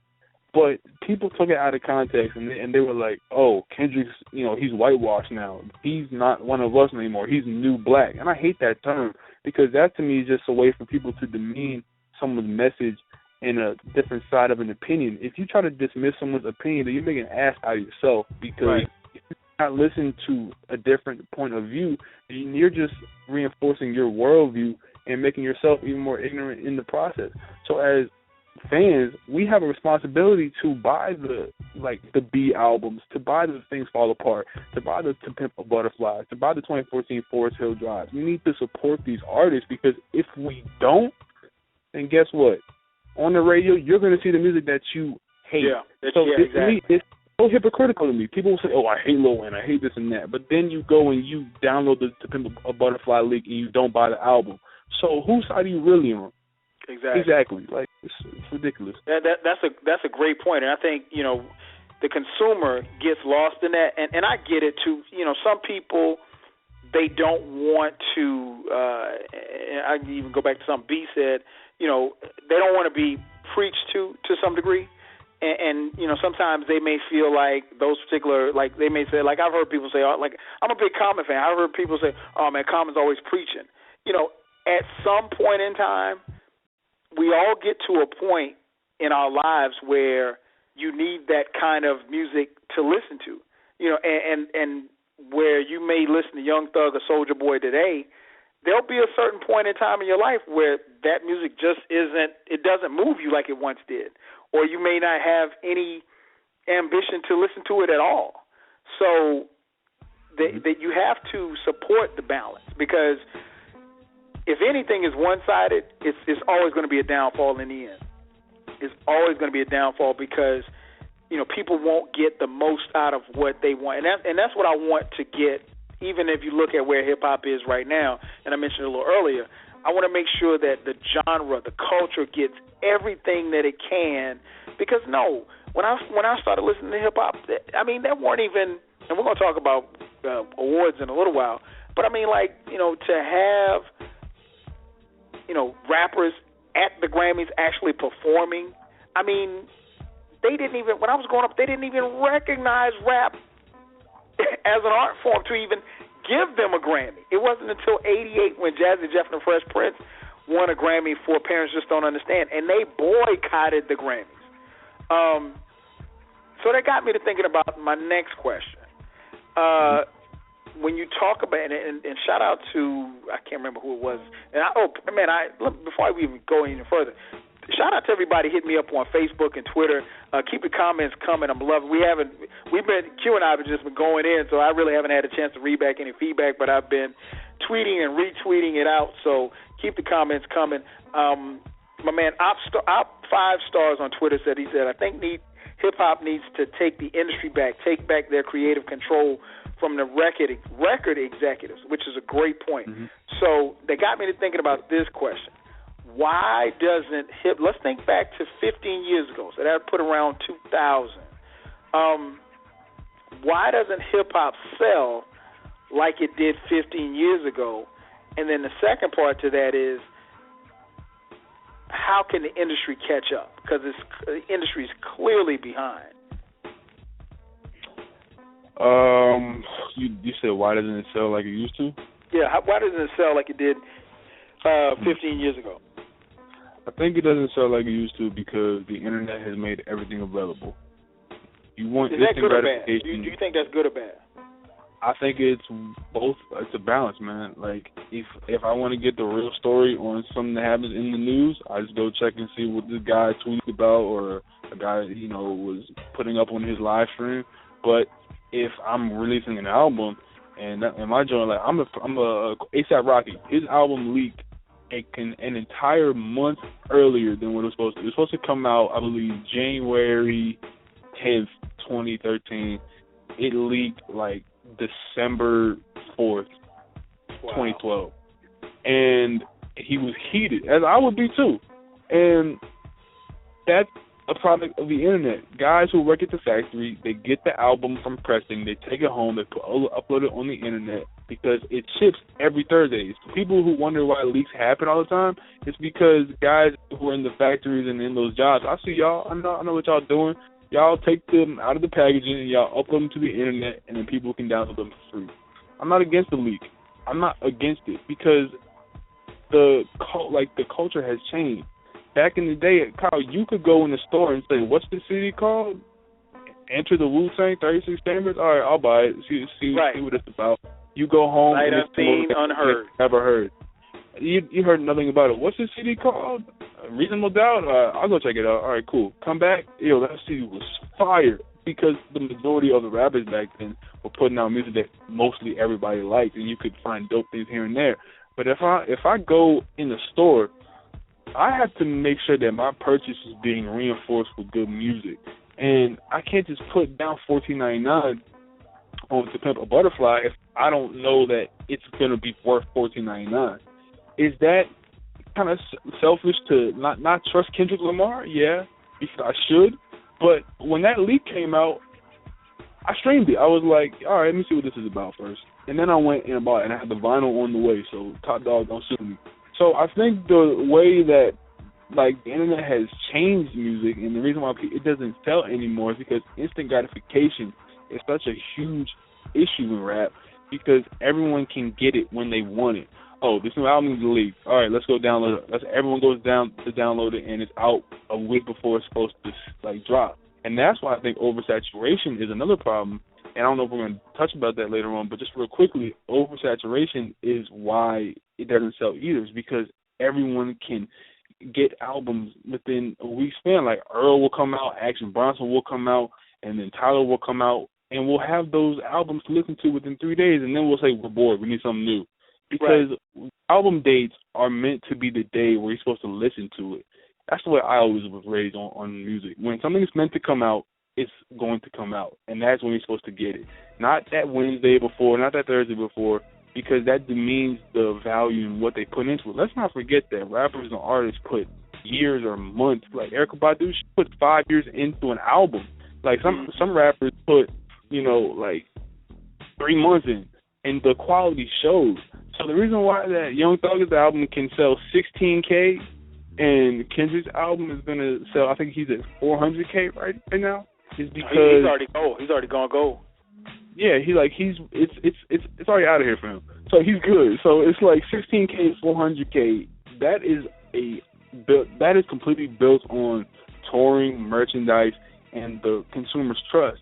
Young Thug, and I hate using him like I don't listen to his music. I do, but everyone always picks on him, so I just use him as the example. The reason why he sells 16K is because people don't trust his music. People don't trust him. They have to see what's going on. Oh, I like that Lifestyle song, but let's see what this Barter 6 is about. That was all right. I'm not going to buy it, but I'll download the leak. I like him that much, but how much do you like him to buy it? Okay, and you let me stop you right there. So doesn't that mentality ultimately hurt an artist like Young Thug? If you say, okay, I like Lifestyle, which I actually know, by the way, surprisingly, only because my son Cameron loves that song. If you say, okay, I like Lifestyle, but I'm kind of lukewarm on the rest of it, doesn't that ultimately hurt him? Because now you're not going to buy that album, and like you said, instead of going gold, he only sells 18,000. Mm-hmm. Doesn't that ultimately hurt an artist like that? Yeah, it does hurt it, because when you put out, and here's what I always said, that the mixtape should have been just like a few run, like it should have had a run that should have ended a long time ago, because guys put out mixtapes that are better than their albums. And Young Thug has a slew of mixtapes that are better, in my personal opinion, than this Barter 6 album that he just put out. And the reason why it hurts him is because the labels were using the 1960s business model of, we have to get a single, we have to promote you, we have to change your entire style, we got to get you to do a dance, and then we're going to put you out so everyone can love you.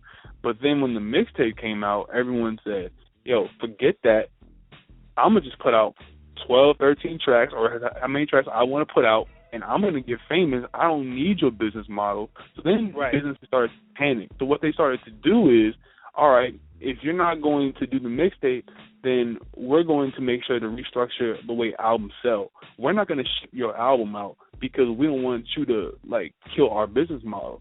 So the reason why certain guys sell the way they sell is not just the fact that they don't have fans, but the way that the business is set up, it's structured for certain people to fail. It's just like in anything. Certain things are corrupt. Like Jay-Z, do you remember when he came out with that album 2 years ago where it was the million that was already sold to Samsung? Mm-hmm. Yep. To me, that's like using cheat codes, man. That's not a million people. What is that, yo? And I love Jay-Z, but that was a million sold to a company. And I think that the reason why it hurts people like the Thugs or the Rich Homies, and when their albums flop, but people like the music, is because there's not a trust between consumer and your catalog. I like you, but I don't like you enough to buy this album, dog. This is $15. I could buy two sandwiches with this, man. I don't need to buy your album. I can just buy the leak. That's true, man. I think, man, you touched on some great points. I think it's ultimately does hurt the artist, and then it goes back to, I think what happens is it goes back to something that I mentioned earlier, the creativity, because there's something in your music or something about you where people don't trust, where they're not going to drop it. I mean, times are hard. We just came out. We're on the back end of a economic recession, a global meltdown. So you're not making it. People aren't making as much money as they once did, a couple of years ago. So, so your disposable income has taken a hit. And what I mean by you young bucks is that, the money that you have left over after your bills are paid, the money you're going to use to entertain yourself is not what it once was. So therefore, you have to be very selective as to what you spend your money on. So yeah, in that instance, a guy like me who is, I wouldn't even call myself a fan of Lil Wayne.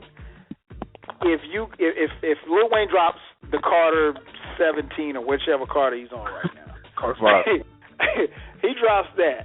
You know what? I'm gonna tell you just how it's gonna play out.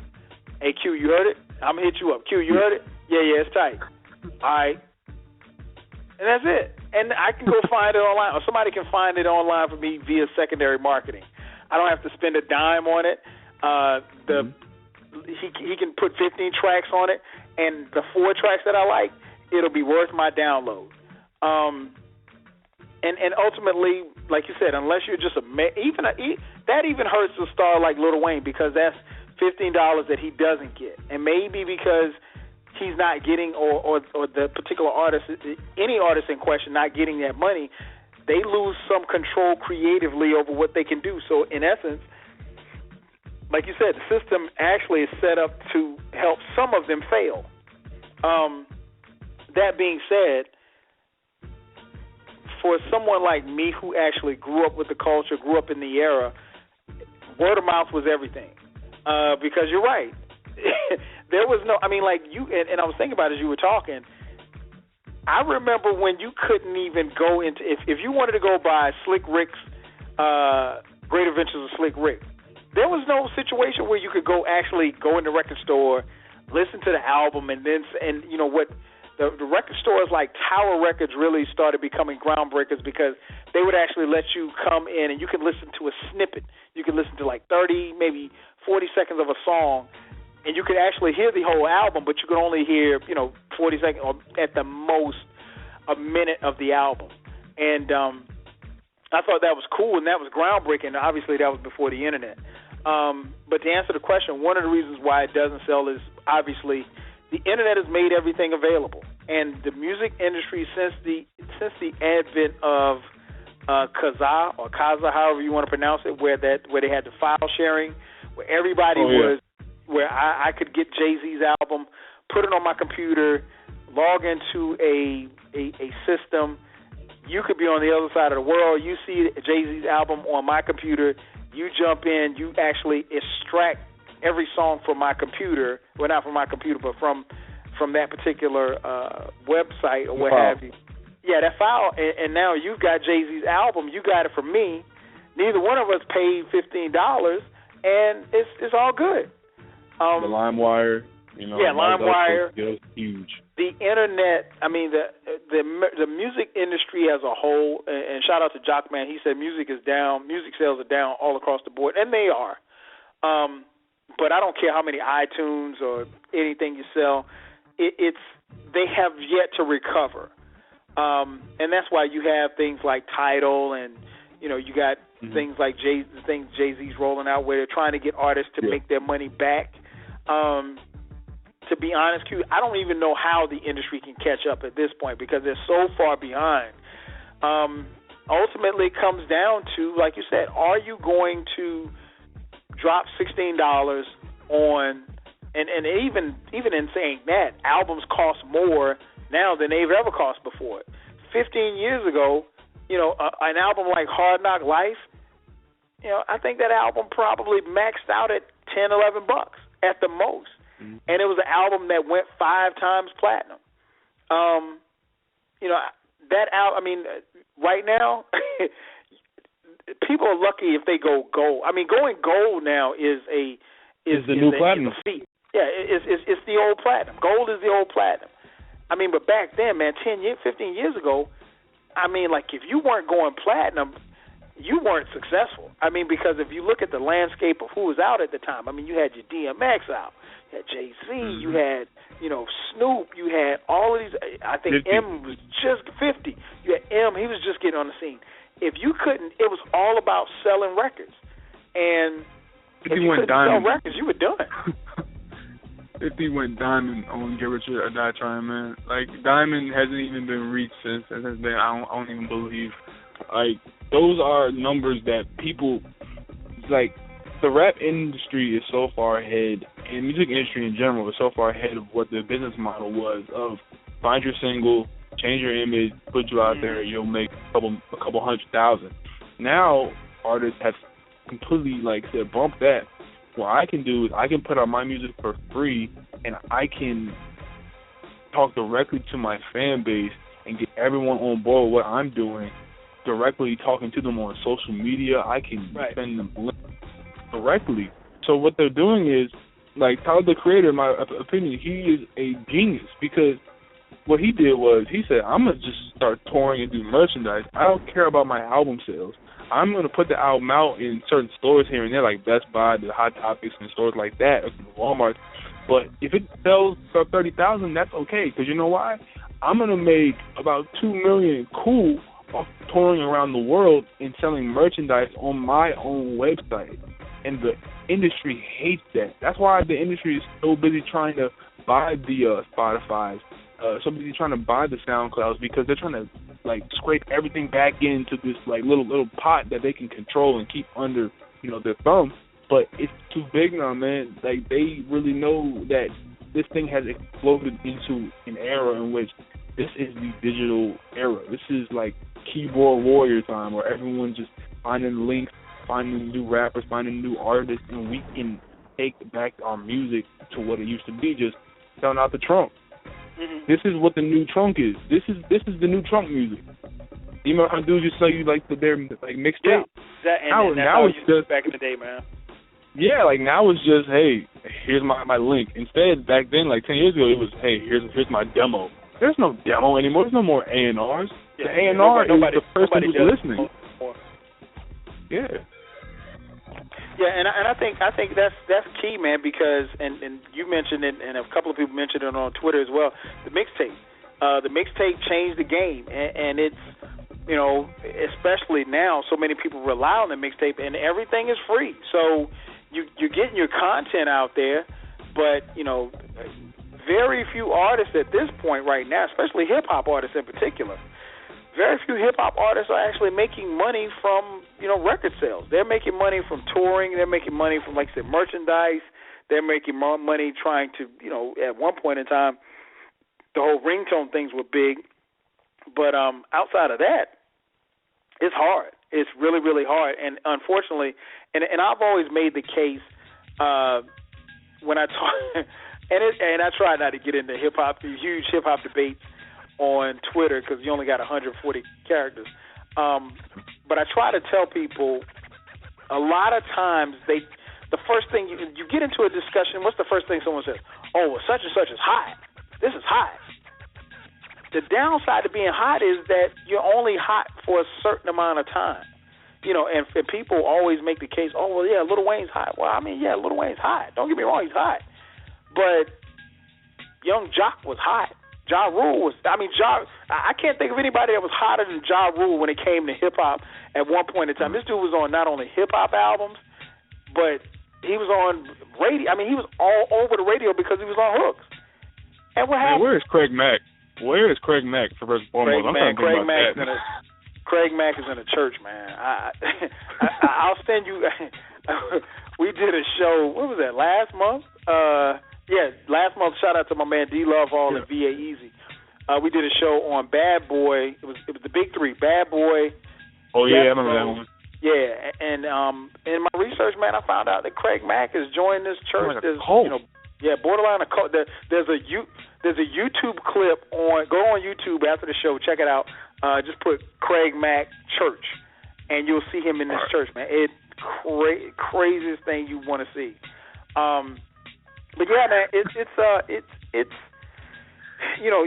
you got to keep it creative, and I think right now the industry as a whole is just behind. And to be honest, they're so far behind, bro. I don't think they'll ever catch up. I commend the artists for going through unconventional methods to get their music and their content out there. But it also, let's just keep it real, it also makes the fan, the average consumer, lazy. Because if, and we can go back to Lil Wayne. If you give me the Carter 5 for free, and then you say, okay, well, my new album is going to be called, and let's say the Carter 5 is you give it on a mixtape, it's free. It's the mixtape in between the album. We've seen those before, right? It's the mixtape in between the album, so it's the mixtape that drops before the album actually drops. So, and let's say his album is the Carter Deluxe. That's the name of the album. Mm-hmm. There's a segment of the fans that's going to say, well, you know what? I got the Carter 5 for free. I'm not paying for this. I'm not paying for the Carter Deluxe. Why should I pay $16 for that when you just gave me a free album?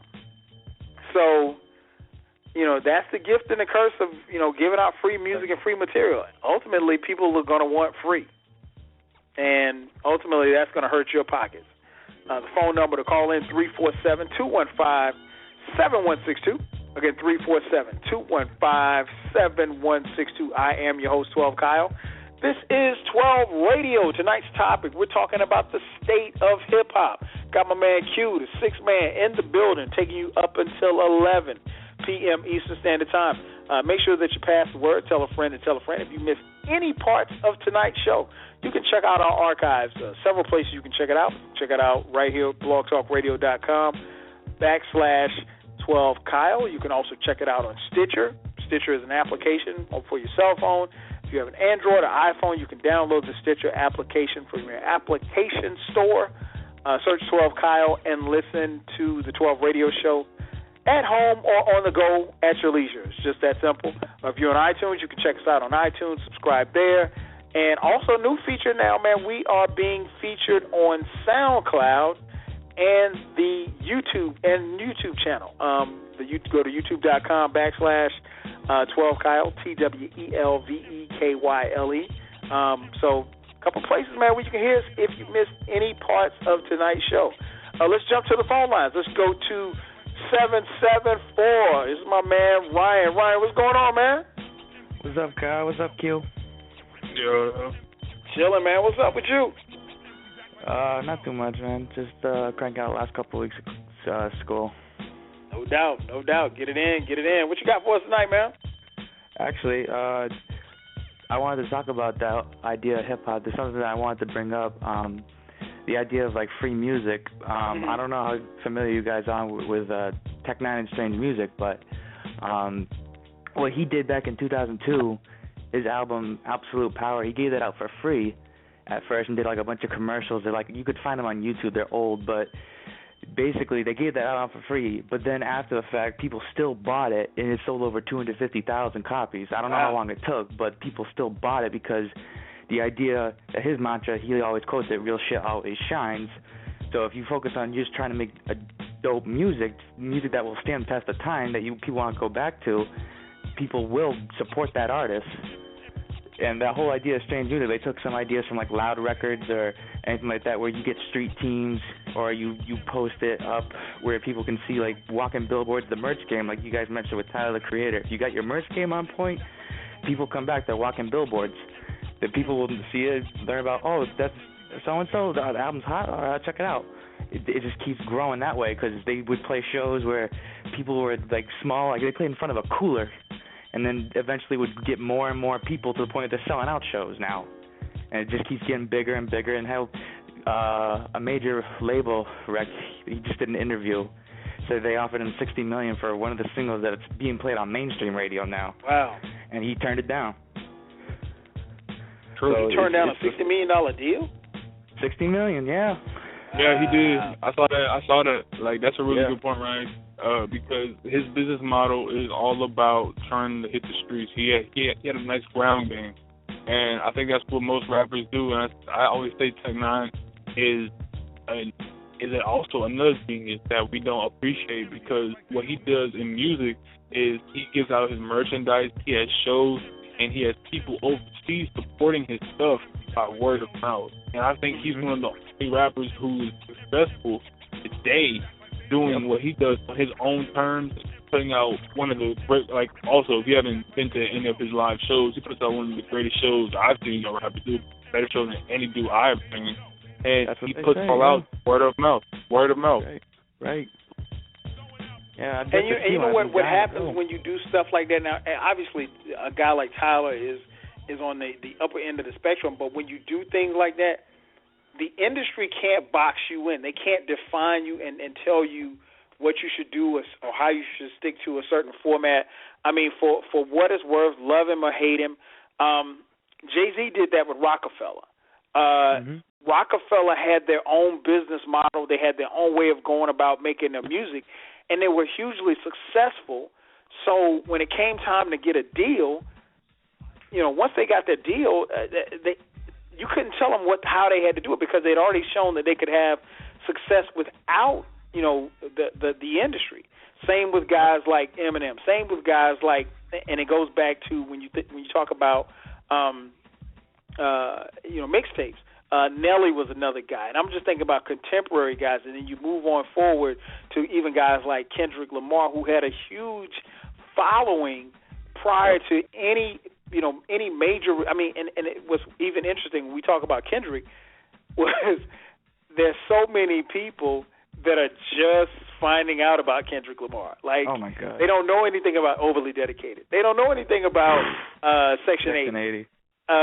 So they thought that, Good Kid, Mad City was like the first time that, for a lot of people, that was their introduction to Kendrick Lamar. So, and I think, but that goes back to the success of TDE. Those guys have a plan, and they've stuck to their plan. And because they were successful without the industry, once they got into the industry, the industry kind of had to cater to them as opposed to them catering to the industry. Right. Like, actually, just a fun fact, because I did, like, in my off time, just randomly looking around on forums, and I found on a website, actually, that, because J-Rock used to be signed to Strange, and when they linked up back then, Strange Music actually signed all TDE, Kendrick, Absol, Rock, and Q on a signed contract, but they had a right to refusal at any point. So they took a lot of points to learn from Tech when he put them out on tours with them. So that they took ideas from that business label to go on their own. And then when, Aftermath, they heard that, they let them go eventually when that time was right. So they knew it was something going to be bigger, so they could have their success and not keep them boxed in. But it's a lot of points. Exactly. They do the same things with their merch game. Heck, I just saw it today on their shop. They're giving away physical copies for a limited time. It's like Overly Dedicated, Setbacks, and the Kendrick Lamar EP now, so people can look at the old shit. And that's good. And I think what that does is that gives the, like you said, people who are kind of, for lack of a better term, late to the party, that gives them a chance to, hear stuff, the earlier stuff, and then get a chance to appreciate them even more. Right. Yeah, it's good. So before we get you out of here, Ryan, where do you think hip hop is? What would you consider to be the state of hip hop right now? I think it's starting to get a little more balanced. I think, especially with like To Pimp a Butterfly, is really gonna make a landmark. I think, with terms of the type of like topics people can hear. Like, you can talk about these topics. You can talk about this, and you don't have to stick to a club track. You don't have to stick to I'm gonna steal your girl track, or I got all this money, bragging about what this, that, and the third. I think it's starting to show a little bit more because there's a little more diversity, at least even in my local radio that I noticed. At one point I was shocked. I was like, wow, they actually played a record that I didn't think they would ever play. Right. So I think it's starting to slowly creep back because I think people are really at that point. They're just tired of the same, gangsta pimp hoe topics, the cliches and same bullshit. Everything's a DJ Mustard beat, or everything just sounds the same, or no diversity, or They just wait for a Drake track and hop on that, or I don't know. It's starting to creep back, and I'm curious to see where it goes. But I think it's starting to creep towards a balance, but we're not there yet.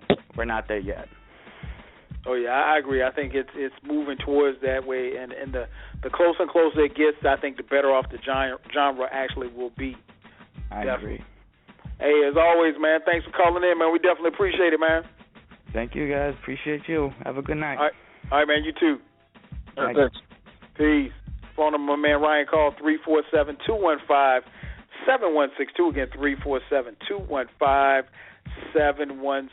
We've got about 20 minutes left, so pass the word, get it in, and keep tweeting at us. Hit Q up on Twitter at QGotNoRings. You can also hit me up on Twitter at 12Kyle. Next question I have for you, Q. We talked a little bit about how hip-hop fell off a little bit, or actually how it's fallen off. I mean, a lot of people don't like what they hear when they think of today's hip-hop. And you touched on it a little earlier. Question I have for you, if you think there has been a decline in hip-hop, who do you blame? If there's been a decline in hip-hop, who would I blame? I would blame the people who are disingenuous with the music that they make. If your lifestyle isn't going out partying and drinking all the time, having fun, and like that's not what you do, and you try to front like, oh, this is what I've been doing. You trying to copy what's going on and try to be basically just being a complete fighter of, oh, I'm gonna do what Wayne did, or oh, I'm gonna do what Cameron did. I'm gonna do what 50 did. I'm gonna try to make a Dre beat and sound like Game or whatever. I think those people, and I don't like calling out specific names because I have so much respect for the guys like Wayne, because Wayne to me was one of the greatest. Like when I was growing up, we used to bump Wayne all the time. Drought 1 through 3, the dedication tapes, those are still great to me. But every rapper falls off, and everyone has their pitfalls. No one's really to blame for it. But if you had to place blame on something or somebody, I would place blame on 3 things. It would be the people who are biters, people who are only in it for the money, and the consumer. Because ultimately, the consumer decides what pops, and the artist puts out the message, all right?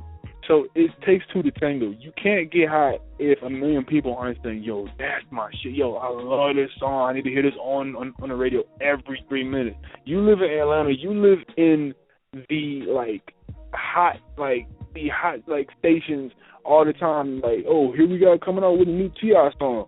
Or here we go coming out with a new Jeezy song, or a new Wayne song, a new Young Thug, new Rich Gang, new Birdman, new French Montana. Every single second, those songs are being replayed and replayed and replayed. Someone's asking for that. It's not just the company giving spins. It's people calling in saying, "Yo, I want to hear this new Kendrick song," and that would be great if people were asking for that all the time, but they aren't, because people just want to have fun. Everybody just wants to, party all the time. And everyone wants to ignore the messages and like the more serious side or the more thought-provoking side of what, is great. And that's what makes Kendrick and all those guys so great, like Black Thought, the Commons, those type of people, and like the Qualities, because not only can they make songs with a message, they can make songs that have a melody and songs that can actually be fun. You know what I'm saying? It takes a special MC to be able to fuse entertainment with knowledge. So you can't really blame one person. It's like 3 things, man. It's like the industry, the people who are in it just for the money, and the consumers. Those 3 things. You all decide what gets hot. That's true. That is true. Shout out to my man Jock Man on Twitter. He said blame Obama. That's a joke, people. I blame Puffy, man. It's all Puffy's for now. Let me stop. I agree, man. I think it's a culmination of things. It's the industry as a whole. because there are no record executives. There's the record executives and the A&Rs and everybody at the label. They want you to have a certain sound, and they want you to have a certain look. And it goes back to what I talked about a little earlier, where for me, coming up in an era where the worst thing you could ever be was to sound or look like somebody else. And, if you turn the TV on and watch videos, or if you turn the radio on and listen to songs, a lot of what you hear is a lot of people sounding like other people. But that's twofold. It's the record labels, it's the industry, it's the consumer. So, and you touched on it a little earlier, and we kind of skipped around it, but I want to go back to it. People will. One of the things that burns me the most about people, particularly people who consider themselves to be hip hop fans, when they say, "Oh, this music." I mean, yeah, I'm not gonna sit here and say a lot of the music is trash. But the thing is, when you say, what I listen to on the radio is just garbage. Well, if you're trying to get dope music, it's probably not on the radio. You're probably going to hear the same song, every 15 minutes. So, the thing is if you want to hear Logic, call the radio station and tell, hey, I want to hear Logic. If you want to hear Run the Jewels, I've never heard Run the Jewels on any hip-hop station here in Atlanta. Never. I will preface my comment by saying I don't listen to the radio here. But in the little bit of time that I do listen to the radio, you may hear Killer Mike, or maybe one of his older songs, from his mixtapes or something like that. But you won't hear Run the Jewels on unless Run the Jewels' next song goes platinum or something like that. That's the only way that you'll hear them on the radio. And that's not to say that it didn't happen. If it happened, I didn't hear it. That being said, I think it's it goes back to us as the consumer. What are you asking for? Are you calling the radio station saying, hey, this is what I want to hear? And then also, as a consumer, as a fan, you have to demand more. You have to say, well, look, man, I don't want to hear that. I want to hear you, I want to hear you spit bars. I think one of the great things that the homies from Dead End Hip Hop do on their reviews is that when they review a project, the little segment at the end where they are actually talking to the artist saying, hey, this is what I think you should do. This is what I like. This is what I don't like. I mean, you never know. Maybe an artist might watch that and say, well, hey, I never really thought about it. And it's obvious just from their success that artists are watching. I mean, even like Cormega talked about the fact that, I think somebody had said something in a review about the album, I think it was Beat, and, they kind of went back and forth about the point that he made or at least tried to make. But I think generally speaking, artists really want to hear what the consumer has to say. They want to hear from fans because, truth be told, I mean, when Rick Ross is making an album, who's listening to his album when he's making it? His boys.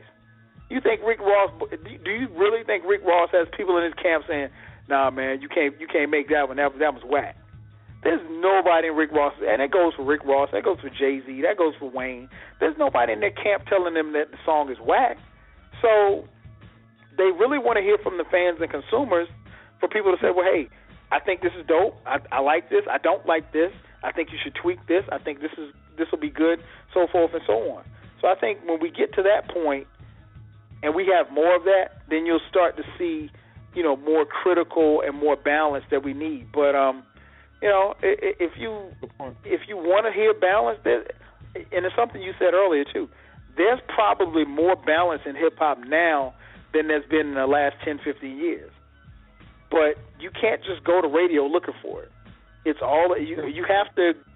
Sometimes you got to go through unconventional methods of finding it. Another solution would be just don't listen to the radio. Plug in your aux cord because numbers don't lie.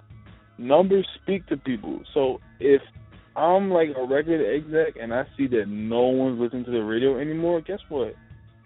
I'm not going to worry about singles. And that's why I said that the business model of the 1950s is over. No one wants to put out a single, let's change your image, and then you're going to sell $1 million. Like, that's not what the music industry is anymore. It's, I'm going to do what I want.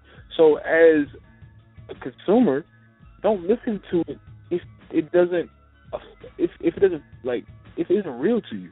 If you feeling it, then it's obviously real to you.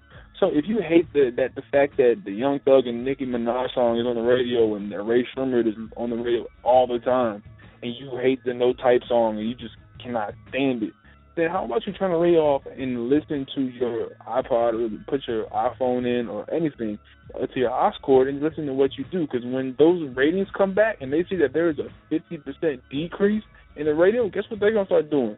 Calling the rappers themselves saying, yo, give me a song to put on the radio. Mm-hmm. That's how it changes. Yeah, and the radio changes. Make the industry change for you. Don't change for the industry. And that's what these new guys are doing. That's what I love about them, because no one, and I love how no one's caring about album sales anymore. If you ask everyone, people will say, yeah, I mean, it would be great to go gold, but as long as I'm making money off my merch and my touring and my fans like what I'm putting out, I don't care about going platinum. Like, that's not my number one thing. It would be amazing, but that's not my number one goal. And I love the fact that rappers are being this open about it and trying to change the industry within, not just trying to, conform.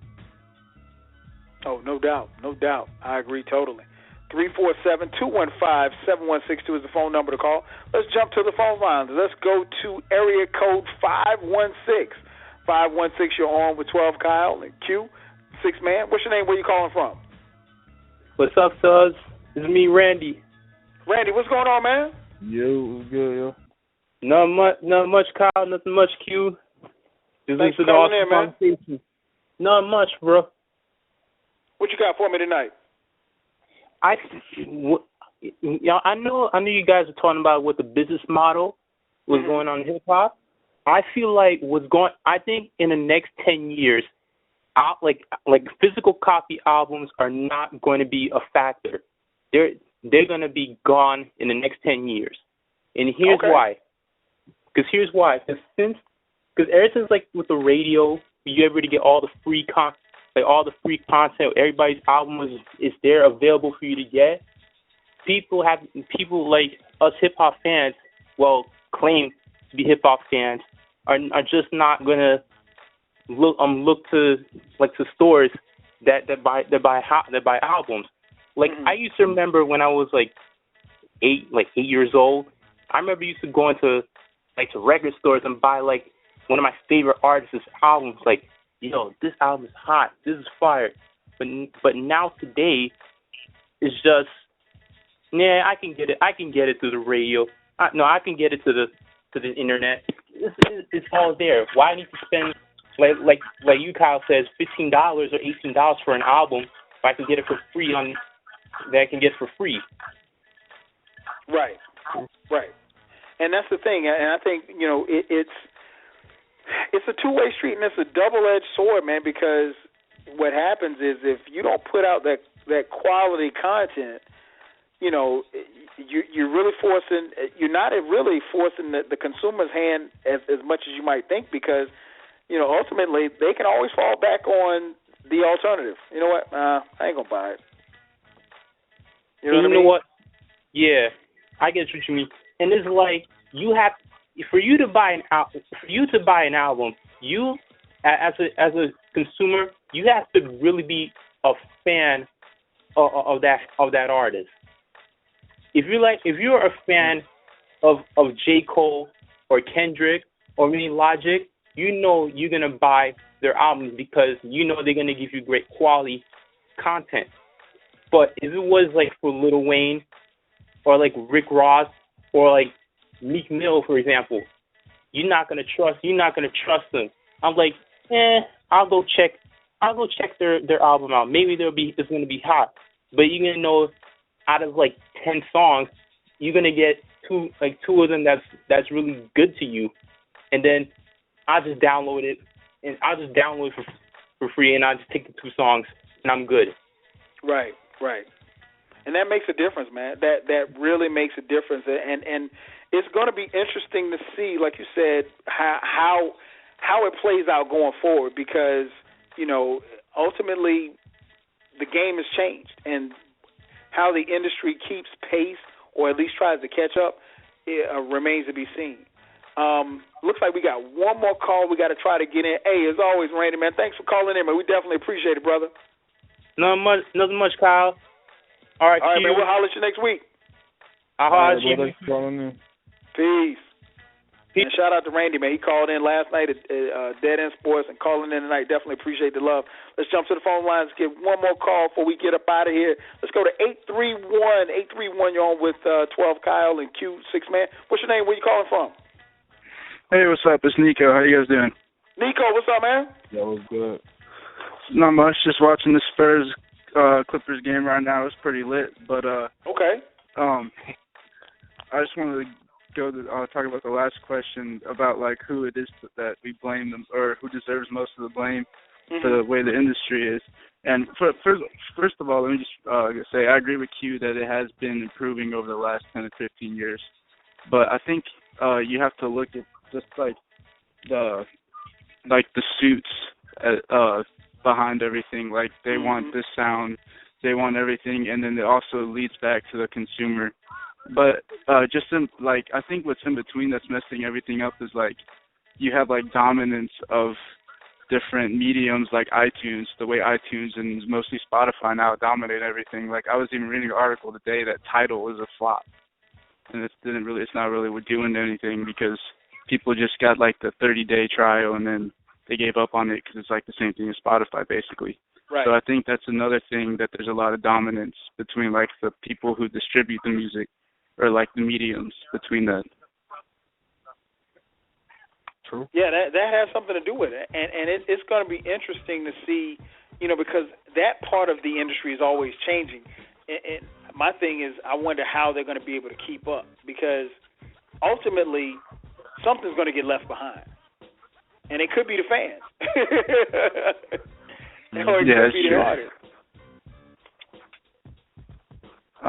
Yeah, I was just thinking about that because I was reading the article saying how Tidal wasn't working and everything, and I was also like seeing how Jay-Z and Beyonce they have like a collaborative album and they're just gonna drop it exclusively through Tidal.